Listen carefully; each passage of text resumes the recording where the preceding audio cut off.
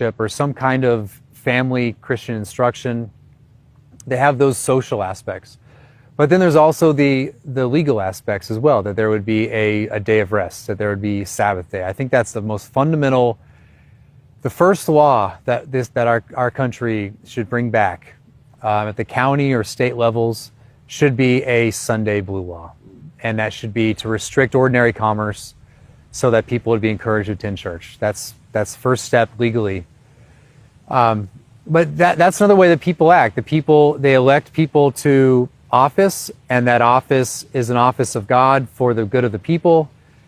And one of those things should be that they act for the Christian good of the people. It depends. I mean, the left would if they could look at the law books from the founding of our nation, they would say, well, that's a Christian dictatorship. Yeah. We had Sabbath laws, right? No working on Sunday. This is legislated. Yeah. Right? We had Sabbath laws. We had blasphemy laws. They were actually prosecuted throughout our history, right? And that's up until just a few decades ago. Yeah. And so, was that a dictatorship? No. That was an experiment in the freest nation in the entire world. But it was a free Christian nation. Yeah. Right.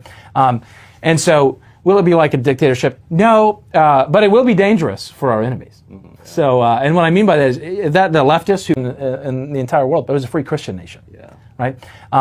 And so, will it be like a dictatorship? No, but it will be dangerous for our enemies. Mm-hmm. Yeah. So, and what I mean by that is that the leftist who wants to hold on to abortion as a sacrament?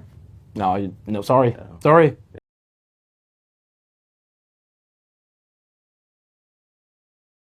Execution here was in 2019, and it was by firearm. Yeah, that's how you should. By the way, this is my other problem with death penalty. It takes too long, too many appeals. Expensive. It should be public. It should be quick. It should be televised. Well, this can't be right, can it? The last execution in France was guillotine in 1977. 100% true. They used the guillotine. Until 77? Yeah.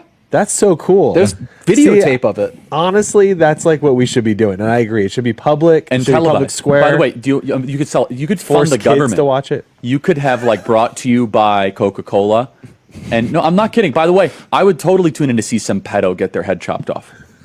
Convicted by a jury. By the way, that's going to get. No, I'm talking about a real thing. I'm not talking all about executions in Belarus are by firearm. That's not a choice or anything. Andrew's saying don't make kids watch it, and I think the absolute I think opposite. At a certain age, it's an initiation. 16, if you can drive, you can watch it. No, but hold on. Not even 16. If all of a sudden you look at some of these savages, like in Indiana, there was this guy that went in and killed a pregnant woman and her 3 kids. Yeah. And you know what? I want to watch that execution. That'll make my day better. I want to see him on a public block and get him be publicly executed.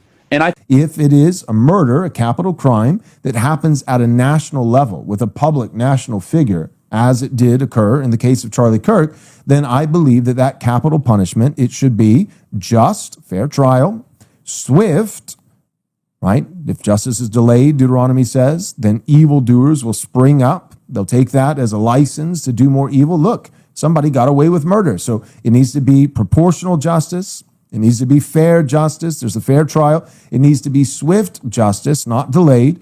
And if it's a public national crime, like the case of the assassination of Charlie Kirk, then that justice should be carried out publicly. What do I mean? I'll speak in no uncertain terms. I believe that Charlie Kirk's murderer should be put to death, and that his execution should be publicly, nationally televised. Nobody has to tune in. Nobody has to watch. Parents with children, you don't necessarily need to put your kids in front of the TV and make them open their eyes. But I do think that execution, that capital punishment for a capital crime with a national level crime, that justice should be carried out nationally and publicly where everyone is able to witness it if they so desire. We all saw him get shot. Most of us picked up our phone, be it Twitter, be it Instagram. We saw the crime took place. We were exposed to it. So in the same way that justice proportionally would literally be, again, in front of everyone, here's the wickedness he did. You all saw it. That's right. Here's the justice being administered. It's good for the public to see if they so desire. That's up to them, their own volition. But more importantly, arguably, it is good for others who have murderous hearts, who may be thinking of carrying out wicked deeds against conservatives, against Christians. It's good for them to see. You have an army. Like, well, she's holding up with paperwork. That's great. Burn the papers. Go in. Be president. Save the country. You're the guy who tweeted out, "He who saves his country violates no law." Let's see it. Do it. We've got a country to save. No more playing games. No, arrest Tim Walz, bring him to D.C., try him, and hang him. Honor Christ. Save the country. This is what people will spend money on plenty of things that are not virtuous. And so, so I don't want a perfectly free market. I want the state first. I want the state to be Christian, which we currently don't have. But I want the state to be Christian. Separation of church and state, that's fine. But separation of Christ and state, no way. There is a God above the state, or else the state is God. And so I would like the true God, the one that actually exists, the triune God, to be the head of the state. And then, assuming that, a Christian state, I want that Christian state to be able to govern even economic affairs, and not necessarily in a meticulous way, not in a way that's overbearing, but absolutely, I want the state to be able to come in and say, "Oh, I see you have a business here called OnlyFans. Right. That's shut down. Oh, but the people want it. Oh, yeah, but the people are retarded. That's shut down."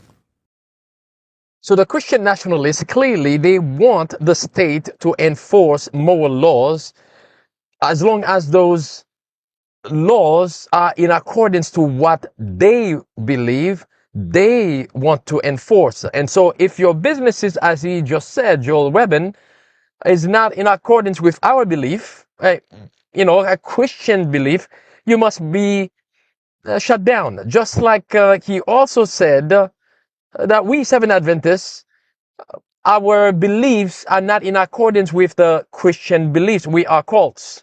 No, they don't believe that Jesus is the creator. They believe that he is the first created.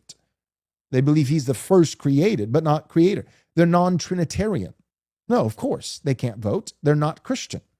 Jehovah's Witness, what about them? Nope, they're not Christian.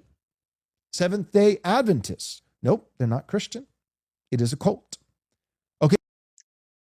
Seventh-day Adventists, they are not Christian. It is a cult. So if you read between the line, if you look at what's happening, if we want to be wise, as Jesus said in Matthew 24, verse 15, as the Bible tells us throughout the Old and the New Testament, you should be able to understand what they are telling you. So now let's fast forward to the recent clip that I came across. You are going to hear the same thing. Now, the gentleman you see on the left side of your screen is currently running for governor for the state, in the state of Florida. And he is a conservative Christian nationalist, and he had recently an interview with Pastor Joel Webben on the right, Christian nationalist.